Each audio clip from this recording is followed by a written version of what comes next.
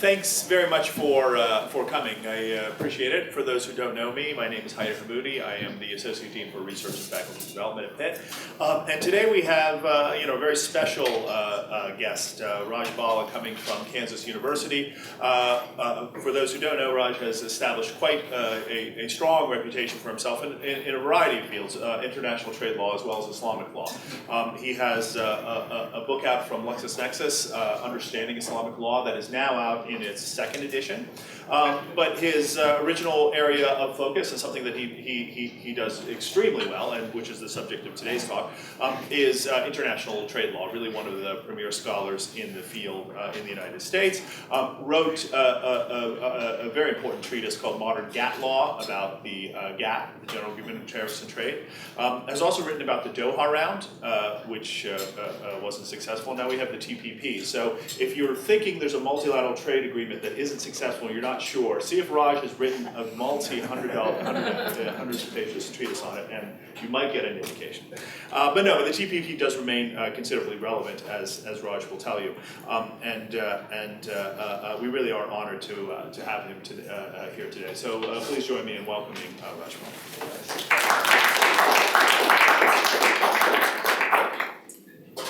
Well, thank you very much for coming on a cold day, but the sun's coming out, so that's nice. And let me start, please, by saying how humbled I am to be here at the University of Pittsburgh Law School. You have, I think you know, but it's always nice to hear it from outsiders, you have a very special law school and a very special international and comparative law program. You have a grand tradition in ICL, in International and Comparative Law, and many of your faculty teach the teachers, and that includes me. In other words, ever since I was in law school and in practice at the New York Fed, I was learning and using books and articles and realizing the insights from faculty at Pitt Law in international commercial law, CISG, in Islamic law. So, thank you for giving me the honor of getting to speak with all of you. And let me also thank, of course, the people who really make it possible, all the logistics, and that is, of course, Haider and all of the faculty and the dean and the staff, Austin and Amy in particular. Okay, well, thank you also for coming out to talk about an agreement that is not dead. Let's just say it's in purgatory, and we'll come back to those kinds of metaphors. Comprised of 240 lines, Act 4, Scene 3 of Macbeth is the longest scene of that Shakespearean tragedy. The stage is static because the discussion is about what the past teaches the characters for their future conduct. What action should they take given what has happened so far? Macduff has fled from Scotland to England, where he meets Malcolm, the son of the victim of regicide, Duncan. The past is colored black by Macbeth's murderous tyranny. Not only did Macbeth have Duncan murdered, but also Fleance, the son of Banquo, and all of Macduff's family. Does this past mean that Macduff should grieve indefinitely and be passive? Or, as Malcolm successfully argues, should grief be turned to revenge? TPP, the Trans-Pacific Partnership, is the longest free trade agreement in human history. It consists of a core text of 30 chapters, 63 annexes, and 61 side letters. Those documents span 6,000 pages. It's far easier and more pleasing to peruse Act 4, Scene 3 of Macbeth, or even all of Shakespeare's tragedies, including the longest, Hamlet, than it is just to read the core text of TPP or the side letters. Now, Shakespeare, of course, wrote sonnets, 154 of them. The core text has 506 articles, and the side letters that supplement the core text run another 231 pages. None of them, unlike the sonnets, has anything in the way of stylistic grace. No trade rule is restricted to 14 lines, no iambic pentameter, no final couplet. And whereas the sonnets focus on timeless themes, love, beauty, even truth, one wonders if TPP does. Now, the stylistic contrast between Shakespeare and TPP is true regardless of what we might think of Shakespearean English. The fact is that most of the words, about 95 or 90% of the words Shakespeare employed, are still used today with roughly the same meanings. And he used about 17,000 words, inventing only about 1,700 of them. Conversely, turn any page of TPP, core text or side letter, you will find a word that is not in common parlance. You will see an acronym, even if you're a seasoned international lawyer, that is odd and you've not seen before. And so you might be forgiven for fleeing back to Shakespeare. But aside from the stylistic difference and the difference in the length, there is a crucial similarity. The debate about TPP, what it says, what it ought to say, how it might be changed, whether it ought to be approved, is a debate about the meaning of the past for the future, just like Act 4, Scene 3 of Macbeth. What does NAFTA, what do the post-NAFTA FTAs, what does the Uruguay round teach families around the world about trade liberalization? From Kansas City to Kuala Lumpur, that question is being asked. And it's being asked in cities in non-TPP parties too, from Bombay to Bordeaux and Rio to Riyadh. And the dominant voice across all those cities and the countryside, sometimes in between, is akin to that of Malcolm. People, turn your grief into revenge. Fight TPP, oppose free trade. Now, in my own view, I don't take the omens from past trade deals as all bad, and I don't adopt a near paranoid opposition to trade liberalization. Macbeth made those mistakes when he drew dreadful inferences from the prophecies of the three riches. And we know what happened, the worst outcome of any tragedy. Everybody died. Now, fortunately, we're not yet in Act 5, the last act of Macbeth. It's really still Act 1, and there's time for critical analysis. In fact, we need time to go through 6,000 pages. We need even more time because this document was classified until about the 5th of November 2015. The negotiations, which started in 2008, finished in Atlanta on the 5th of October 2015.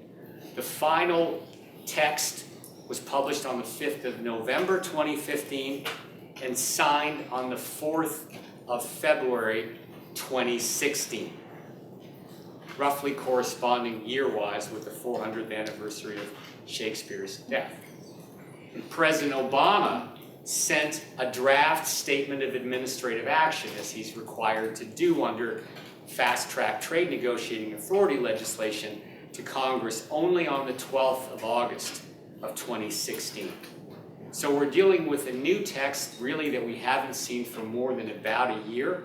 And we are still learning insights from the Uruguay round and the NAFTA texts. Well, what can we say preliminarily about TPP?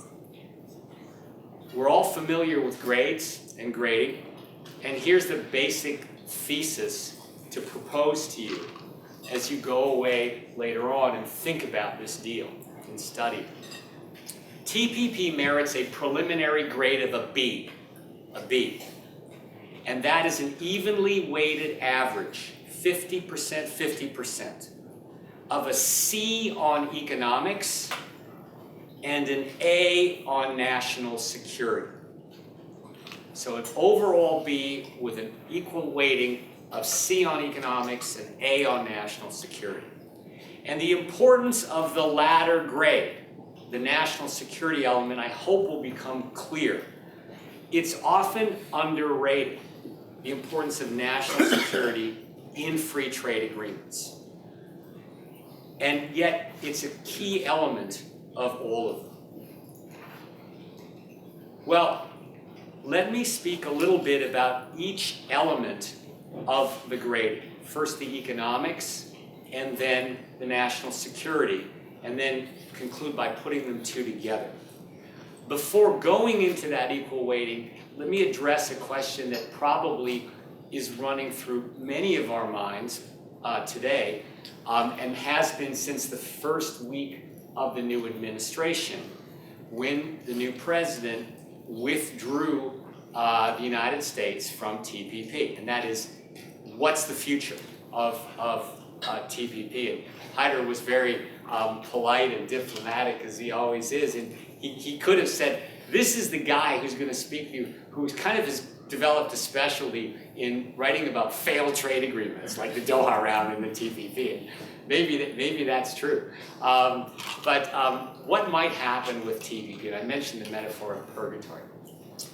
There are a number of possible scenarios.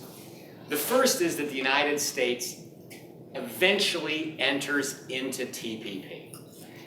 On average, our free trade agreements have taken about 4 to 5 years between the time the negotiations have been concluded and the time Congress has passed them, or when they've actually taken an effective date.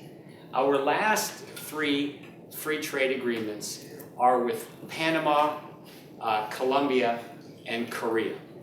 And they were wrapped up as early as 2007, but they didn't enter into force till 2012. So it's not unusual for deals to take a while before they enter into force. And if we look at that history, that it's nothing to be too alarmed about.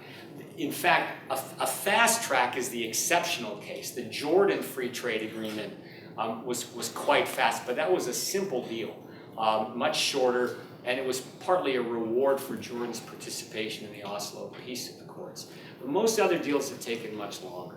So one scenario is in the next administration, whoever the president is, and whatever parties are in control of Congress, TPP passes like that. And when we go through the assessment of the 2 grades, the A and the C and the A, on economics and national security, you will see that maybe there's some logic for that. A second possibility is that TPP does enter into force with this or the next administration, but it does so in modified form. That is to say, the negotiations are reopened in some way on some topics. Now, that is not as easy a scenario as champions of renegotiating the deal to get a better deal would say. The champions would say, well, we need to fix the IP rules on data exclusivity to extend the period from 8 years to 12 years, because we'll see that's a topic.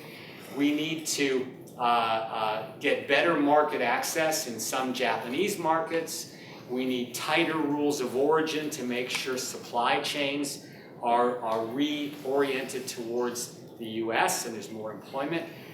Those are some of the leading demands. The problem from the US side, the problem is if we come to the table with 3 such demands, so do all of the other 11 TPP parties. And I put the parties on the whiteboard.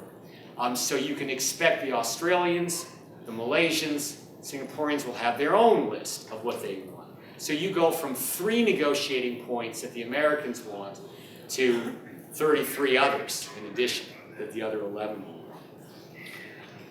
A third scenario that might happen with TPP is perhaps the most alarming from the American power prestige perspective. And that is that the other 11 countries proceed with TPP without us. Now, if we think back historically to the engagement of the United States in the Asia-Pacific region, and the times when the American defense and economic umbrellas mattered so much, the thought that the Asian allies would do that, and the thought that they might be led by, of all countries, Chile in doing it, it's hard to imagine. But indeed, in a few weeks, in March, in Santiago, Chile will host all the other 10, that is Chile plus the 10 minus the US, TPP parties, and see, is there a path forward on TPP? And Chile has invited China to that meeting. And part of the logic in national security, as we'll see in a minute with TPP, is excluding China for now. So that ought to send a shockwaves through sort of the US foreign policy establishment that other countries would move forward without us. Unless that isolationist move is exactly what the message is that the establishment wants to send. Now, fourth possibility, which is the one that is most often mentioned by the new administration, is that forget about TPP. Instead, let's negotiate bilateral free trade agreements with key export markets. So we won't pursue the regional deal, and the WTO multilateral negotiations are dead, but we'll get the best deal that we can bilaterally. And that sounds impressive, because it sounds like it's a lot easier to reach a deal with one party in the room. But if we think it through logically, it's not as strong an argument as it seems facially. First of all, you can see on with the red marks on the board, of the 11 other TPP parties, the United States already has bilateral FTAs with 6 of them. Okay? We already have bilateral FTAs with 6 of them. Now, the ones we don't have, the key markets, are Japan and Vietnam. Just to give you a couple of examples why they're so important. And you can from these anecdotes, you can infer the bigger picture. Japan is the world's largest market for cosmetics. It also is a very large market for chemicals. America is a big exporter of both cosmetics and chemicals. Japan's a great one. Second key market, Vietnam. Many of the roads around in Vietnam, and you'll know this if you've traveled there, and Hanoi is an example, about somewhere between 40 to 80% of the roads are either unpaved or paved poorly. So they're hilly, they're potholes. Well, that makes it difficult for American cars to survive on those roads, aside from the difficulty of Vietnamese rising middle class, increasing purchasing power, but still to even pay for those cars that will break down on the roads. What do they want? Well, those of you who've been there, you know, motorcycles. What do we have? Harley Davidson. So Vietnam is an excellent market for our motorcycle producers and motorcycle parts producers, and they're looking. Both markets are very important for agriculture producers. Most of the agricultural lobbying groups in this country have lined up, even with the new administration, in favor of TPP. To give you one example, and this comes from beef. The American Beef, the Cattlemen's Association, ranchers, say they are losing $400,000 a day in profits to Australian beef exporters because Australia has preferential market access under its bilateral FTA with Japan, whereas we don't. And what that means is beef exporters pay a 10% tariff into Japan. We pay, it's the going rate in Japan, 38.5%. That's a 28.5% differential. That really knocks us out of the Japanese market. So those are some just simple examples, and they're all from the goods world. They're not including IP or services, which we'll get to, or even migration or investment, where there's a logic into staying with TPP. The other point about this fourth scenario to appreciate is there's absolutely no certainty, however artful any president is in negotiating, or his US trade representative is, that Japan or Vietnam will give a better deal to the US in a bilateral setting than it did to the US in a TPP setting. First of all, we know historically the Japanese and the Vietnamese are tough negotiators. You don't just walk in and say, this is what we want, take it or leave it, particularly with those countries.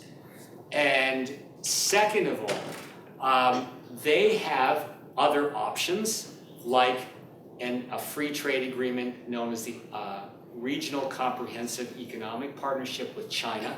They can say, if you're going to be too onerous with us, US will join the Chinese deal.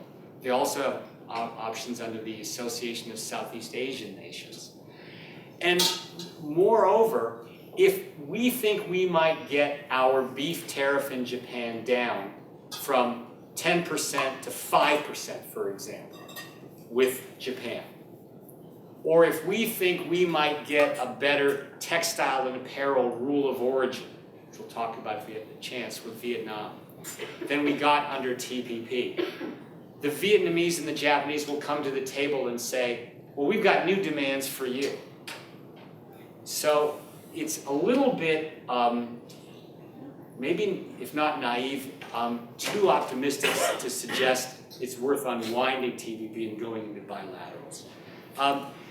The other point about the fourth option, which is the one that's most widely discussed, is we all know as lawyers, when you come into a negotiating room, usually you've got some document, some concept to start with, some opening offer. So if you imagine you're the US trade representative sitting down bilaterally with Japan or Vietnam, what's the opening document you're going to be looking at? Well, what you just finished about a year ago.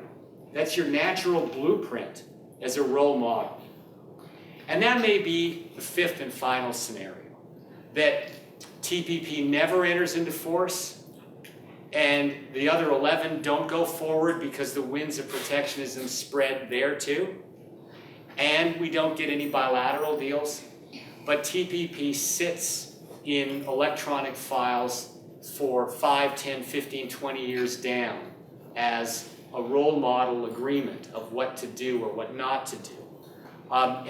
And here, because I want to make sure I mention it, one of the very innovative features, and there's several in the TPP, is the chapter on women and economic development. It is the first FTA in human history that has specially dedicated, albeit soft law provisions, for women and economic development. I'll say more about some of the other special provisions a little later, but that's one of them to look to for all advocates who are interested in seeing more human rights in FTAs. Well, back to the picture then of why the C on economics and why the A on national security. You have to have a benchmark for grading, as we all know. You have to have some kind of metric that we're going to evaluate the blue books against. So we call TPP a free trade agreement. Who defines free trade? Well, Adam Smith in his Law of Absolute Advantage in the Wealth of Nations in 1776, and David Ricardo in his Principles of Political Economy and Taxation in 1817, with his Law of Comparative Advantage. And both, to make a long story short, prove arithmetically, and later the neoclassical economists will prove it with graphs and charts, that free trade, meaning the dismantling unilaterally of tariff and non-tariff barriers, results in net gains to society. Unilaterally dismantling the trade barriers, tariff and non-tariff, will result in net gains to society, meaning that when you look at the three major groups, consumers, producers, and the government, on balance, the society is better off. That there are losers from free trade, but those losers, and both Smith and Ricardo say this, are to be compensated. Some of the gain from the winners should be transferred through what we now call trade adjustment assistance to the losers.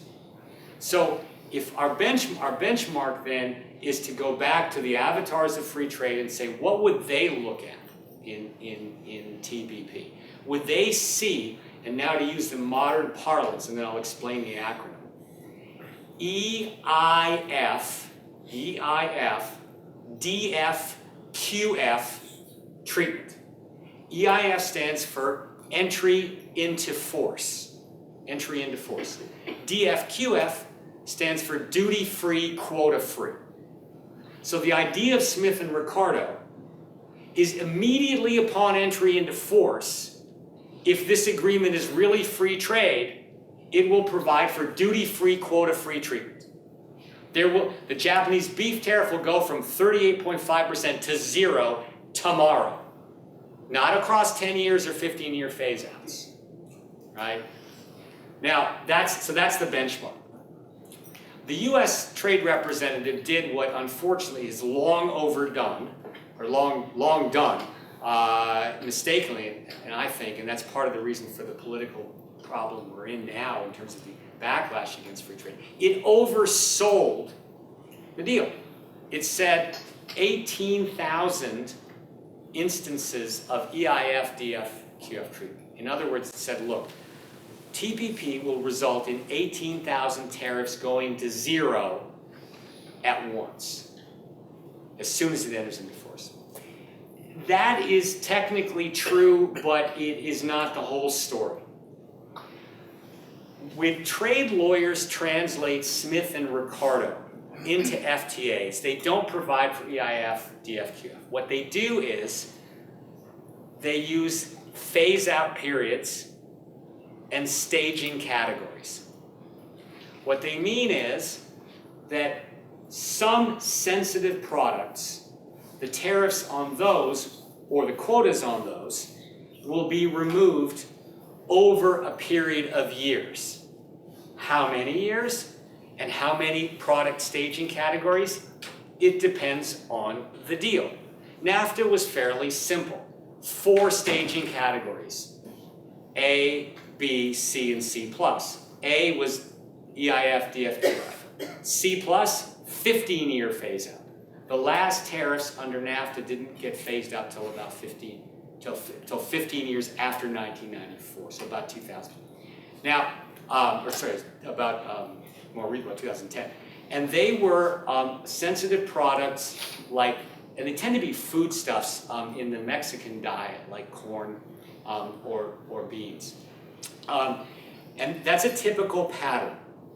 So you see that pattern again in TPP. The staging categories and the sensitive products mean that only about 85% of all traded goods across the 12 countries get free trade, get EIF, DF, QF. The other 15% are in staging categories that go as long as 20, 25 years, which is fairly long. It's a long time. Now there's another devil in the detail here that is anti-free trade. how are the tariffs removed across a staging category? Let's say take a 10-year staging category. Are they all coming off in years 1, 2, 3, 4, and 5? In other words, are they front-end loaded or are they back-end loaded where they don't come off till years 8, 9, and 10? And here you have to go into the tariff schedules and ask that question. And you see a very large number of products are in long staging categories, 10, 15, 20 years, and the tariff phase-outs are back-end loaded. So by the Smith-Ricardo metric, this is not free trade. This is what we would call managed trade, in about 15% of the trading goods sectors. Now that's just the goods example in agriculture or industry. It doesn't even get into the thicket of rules of origin. We all have passports. Those passports tell customs where we originate, what our nationality is. Likewise with products. How do we, you've seen on television Toyota now trumpeting, and so is Honda and many other foreign manufacturers, that 75% of the value of our car, the Toyota Camry specifically, is made in the US. Well, they're doing that, applying a rule of origin. They're saying that if we locate so much activity and add so much value in the US and use US parts and US labor, we can call it made in the US. The NAFTA rule of origin on autos calls for 62.5% of the content of the car, the value of the car, has to be made in Canada, US, or Mexico. So Toyota's telling you we exceed that, and in fact we exceed it in the US, forget about Canada or Mexico. Well, in very tough TPP negotiations with the Japanese in particular, the Japanese wanted a rule of origin for their autos that would drop that threshold to about 20, 25, 30%. Why? Because they source parts from non-TPP countries, China, Thailand, Indonesia. And they don't want, Nissan, Toyota, etc., don't want to change their vertically integrated supply chains in the auto industry and have to open new plants, close the ones in Thailand or China, and open new ones in the US. After very hard bargaining, we agreed to a 40-45% rule of origin, depending on the nature of the car. So it's down from the NAFTA rule of 62.5. It's not as low as the Japanese wanted, but it has some protections for US workers. Now, why did Mexico agree to that kind of a drop? They said our future is not on low value added auto parts, so we don't mind dropping from 62.5% to 40-45% because we don't want our people in assembly line factories going in the future, and they're going to be automated anyway with robots. All right, so the bigger picture then is just staying with goods for a second. Rules of origin is another device not anticipated by Smith and Ricardo that manage trade. If we look at services, lawyers, do we see EIF, DFQF treatment on lawyers across the 12 TPP countries? No, we certainly aren't. You're not going to see lawyers from Singapore or Japan coming and practicing in Pittsburgh the day after TPP enters into force. The state bar still has its autonomy preserved to decide who gets in and who's not in terms of credentialing. And likewise with the other foreign jurisdictions, though here I may say that other countries have tended to be more open to bringing in lawyers as international or foreign legal consultants, though not a TPP country. Korea is a good example, and among the TPP countries, Singapore is an example. Another example of managed trade and services, maritime transportation services. Can a foreign flagged vessel transport goods from Long Beach to New Orleans?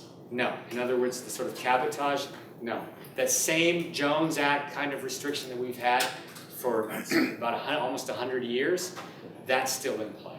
So we're not seeing a lot of trade liberalization on services. The third item that's traded internationally across borders, goods, services, intellectual property.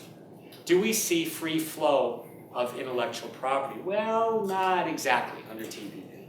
We see some extensions of protection with respect to biologic medicines, not only the 20-year patent period, but an additional minimum 8 years of data exclusivity for the initial patent owner before generic producers can use that data to get their biosimilar certified. We also see some effort at free flow of data across borders, but an ability to localize servers, data localization requirements. So there's modest movement, maybe you could say fairly strong movement on e-commerce, on IP matters, but it's not pure free trade. So on balance, that gives you a sense against the Ricardo Smith metric. If you want an econometric reason for a C grade, when you look at all of the studies that have been done across all of the TPP countries as to what effect using computable general equilibrium models, macroeconomic forecasting on CG models, what effect on gross domestic product will TPP have when it enters into force going forward, pick your period, 20 years, 30 years, very underwhelming results. 1%, 2% stimulus to GDP in the US, Australia, New Zealand across 20 years. Not a large amount. The best results were for Vietnam and I think Malaysia, but still rather underwhelming.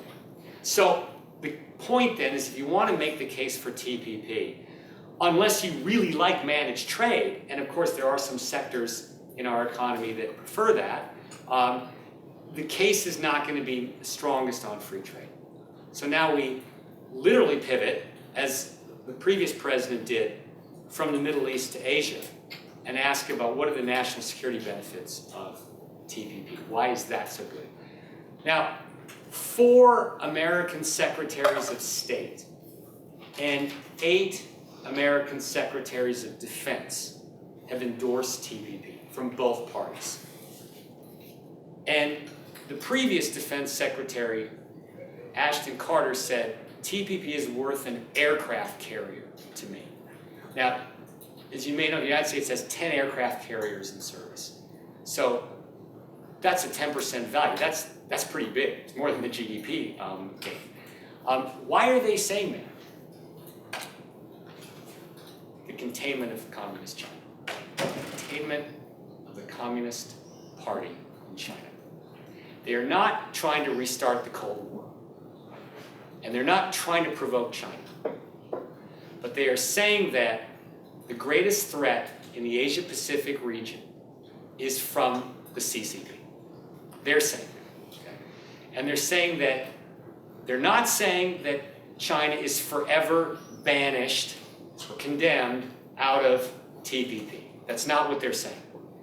They're saying that we have not had a good experience with China in the WTO. And we think we need to write the rules of free or managed trade so that if and when China joins, it will be bound down by those rules and they will be 21st century state-of-the-art rules. So, for example, what the National People's Congress is enacting on requiring data localization, requiring the likes of Apple or Samsung to give backdoor entry in their software code to their products, requiring that the technology locks, those mechanisms that keep these products proprietary, be turned over to the government. No, you can't do that under TPP. Another example, Chapter 17 of TPP. Rigorous disciplines on state-owned enterprises. The state-owned enterprises have to adhere to national treatment, commercial considerations. Their subsidies should not have adverse effects. So those are some of the reasons that the national security establishment has looked very favorably on TPP. But there's another one, the 9-dashed line, the 9-dashed line. And it's really worth having a look at it on the map.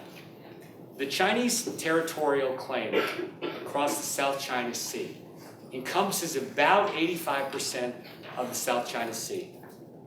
85 to 95%, 85 to 90%. And about 50% of world trade passes through the South China Sea. Historically, we know this from the British Empire, the Royal Navy, and previous empires after this. Navies have been instrumental in securing international navigation rights for trade. The US Navy currently plays that role. And the Pentagon has openly, you can find them, identified what the checkpoints are, choke points in trade. And they include pretty obvious ones, Panama Canal, Suez Canal, Cape of Good Hope, Straits of Malacca, and South China Sea. Having the Chinese territorial claim, as it is, across the 9-dash line, runs up against the freedom of navigation that the US has been protecting since the Second World War. And it runs up against the territorial claims of many other TPP and non-TPP countries. The Philippines, a non-TPP country, recently won a case in the Permanent Court of Arbitration in The Hague on every claim. So there's an international legal precedent there against the party's claim. And I want to be very clear, I don't want to sound anti-China, and I certainly don't want to sound anti-Chinese people. I'm making a point about the government policies, and I'm not trying to, I'm trying to echo what other leaders and other figures have said. And I'm not an expert on the law of the sea. I think probably many of you are in the audience. So it's not my job to say who's right on those territorial claims, but simply to point out that the national security establishment in the US has seen that TPP weaves together and recommits the US in Asia Pacific with the other 11 allies to make sure that 9-dash line claims don't interfere with world trade. And those allies, it's not often covered in the US media, have done a lot. For example, to use Singapore's, it has refurbished its port facilities to make it much easier and friendlier and effective for US Navy port calls. And it's too bad that the Prime Minister, Lee Hsien Loong's comments about TPP did not get bigger play in the US. He made a very impassioned plea in the fall as to why the US should enter into TPP. Now, I haven't told you what the benchmark is then. I said Adam Smith and David Ricardo on free trade. What's the benchmark on national security? Well, it's kind of a new one. If you go back to 1947, July, Foreign Affairs, who we now know was George Kennan, Mr. X, authors the article on containment, the sources of Soviet conduct. Containment doctrine then meant constant military pressure against the former Soviet Union, either directly or through proxy wars. Here the benchmark, and this is suggested in other writings in more detail, is containment but in a more modern sense, to contain some of the more aggressive Chinese Communist Party positions, but not straight through military. There's too much at stake. The costs of war are far too high and horrific. Partly through the economic pressure that TPP brings, through the rule of law by upgrading standards, through disciplines on state-owned enterprises. So it's a more nuanced, interdisciplinary strategy to advance U.S. interests. All right, so that suggests a high grade on national security. Now, I want to leave time for questions and attempted answers. So let me just conclude by, as I said, putting together the two. I think what I'm trying to convey, and what the book from which this talk is based on, the TPP Objectively book is based on, is nicely put by two highly regarded American presidents. Dwight Eisenhower, from Kansas, said, "Trade is the greatest weapon in the hands of the diplomat." Trade is the greatest weapon in the hands of the diplomat. And President Kennedy said that the philosophy of the free market, the wider economic choice for men and nations, is as old as freedom itself. It's not a partisan philosophy. And for many years, our trade legislation has enjoyed bipartisan backing from those members of both parties who recognize how essential trade is to our basic security abroad and our economic health at home. Both Ike and JFK got it, that trade and national security are inextricably linked. And that's sort of the overall analysis that I would, propose to you. So thank you for being very kind. I apologize for going a little longer, but I'm more than happy to hear comments, criticisms, questions, anything you'd like to offer. Go ahead.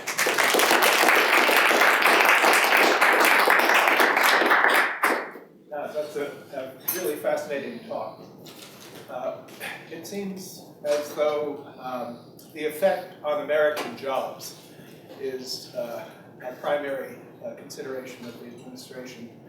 And you didn't talk much about that. I mean, gross national product, et cetera. What about the effect on American jobs? And parenthetically, I did hear you point out that automation had started to come into considerations with respect to how important certain positions are. So perhaps you could comment on that as well. Absolutely. Yeah, no, it's a great question. I think that the former Secretary of Treasury Larry Summers got it right when he said, and your question is exactly motivated like this, that American people understand that they have been, what's been proposed to them sort of, he calls it a dysfunctional syllogism. And what he means is that free trade is good for you, you'll save money, you can shop at Walmart more cheaply. Yes, some of you might get laid off from your work, but overall it's good for society. And the people don't buy that anymore. And in selling these free trade agreements from NAFTA onwards, the administrations, both parties, have not paid attention to the point. All right, well, so how do you deal with it? First is, the evidence is overwhelming that about 80% of job loss and income decline is due to technology, not to trade. I mean, that is a statistic that should be just put in every high school student's curriculum, that staying up with technology is the key. And one of the poignant examples, which turned out better for one team than the other, but if you were watching it was one of the playoff games, and I think it was when the Steelers beat the Dolphins in the playoffs. Honda had, which is great. So, Honda had its ad, and it unabashedly showed its assembly line. It's all automated with robots.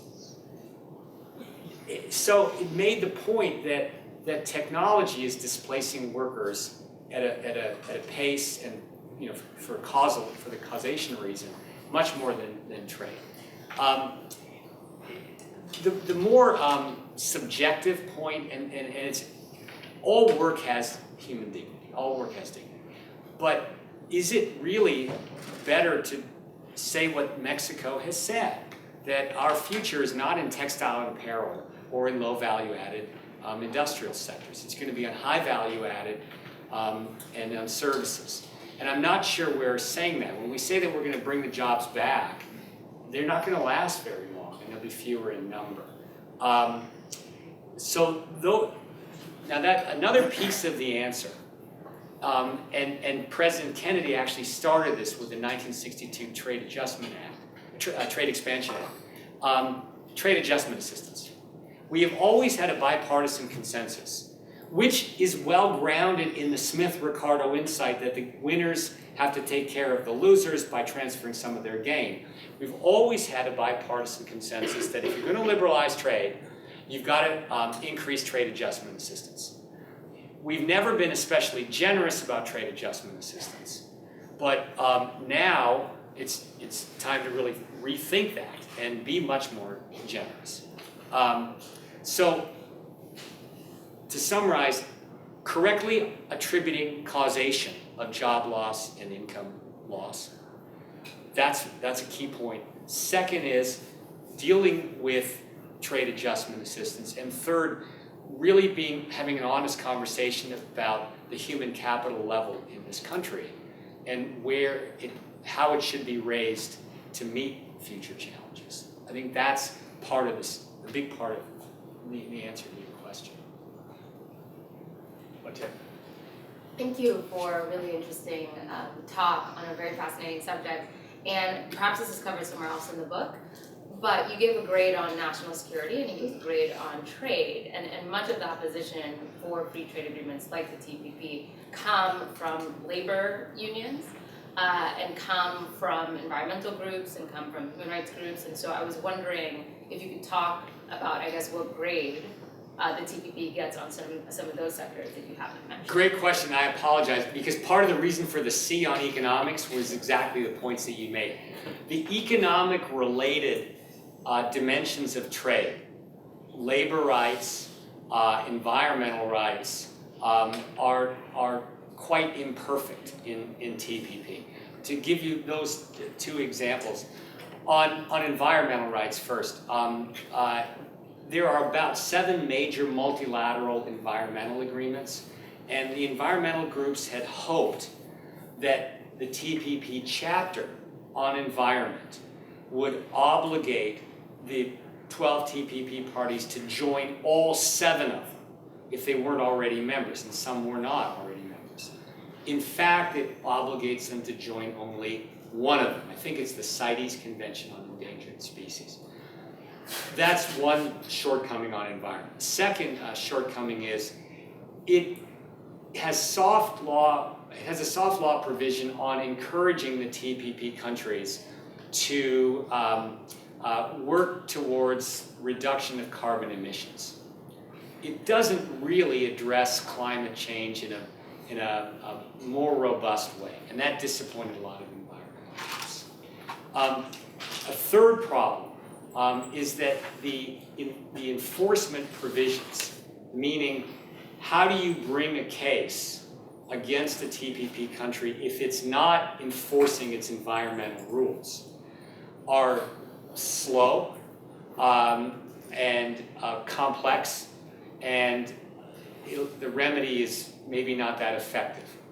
So, and those problems in enforcement, the dispute settlement mechanism on environment, were ones we've seen with NAFTA and post-NAFTA FTAs, CAFTA, etc. And they weren't fixed. Now, to be fair to the USTR negotiating it, it is a tough point to make. These are tough points to make to some of the other countries on the list, no names to be named, when they're not used to seeing environmental provisions. They've not seen them before in the WTO. All of this is WTO plus. On labor, same problem on enforcement. That's the biggest criticism on enforcement, that it's not effective. And some labor groups would have liked to have seen more than just a commitment to enforce your own labor laws, and more than just ILO standards, perhaps. again, to be fair, and we'll use Vietnam as an example, the Vietnamese Communist Party is changing its constitution, or at least it was until the withdrawal by the US, to allow for free, independent trade unions.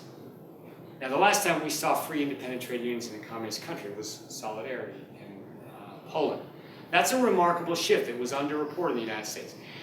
That's not to say in Vietnam that the party is going to give the political unions, the labor unions, a political voice, but they will be able to set up independently the party and bargain collectively, independent from the government. That's a change, which labor groups should welcome.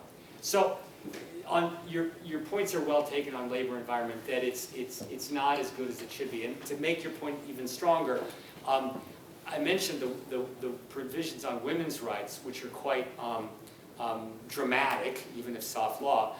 But here I went one step further in the book and said, look, if you want to advance human dignity and human rights, then why did you stop there? Why did you not include LGBTQ communities and religious minorities in these countries? Because in some of those countries, LGBTQ and religious minorities face serious, even sometimes life-threatening difficulties. So it was an opportunity to try for that. The negotiations were all in secret, so I don't know, but I doubt that it came up. At least I never heard it. So those trade-related human dignity, good steward of the environment points were part of the reason for the C grade.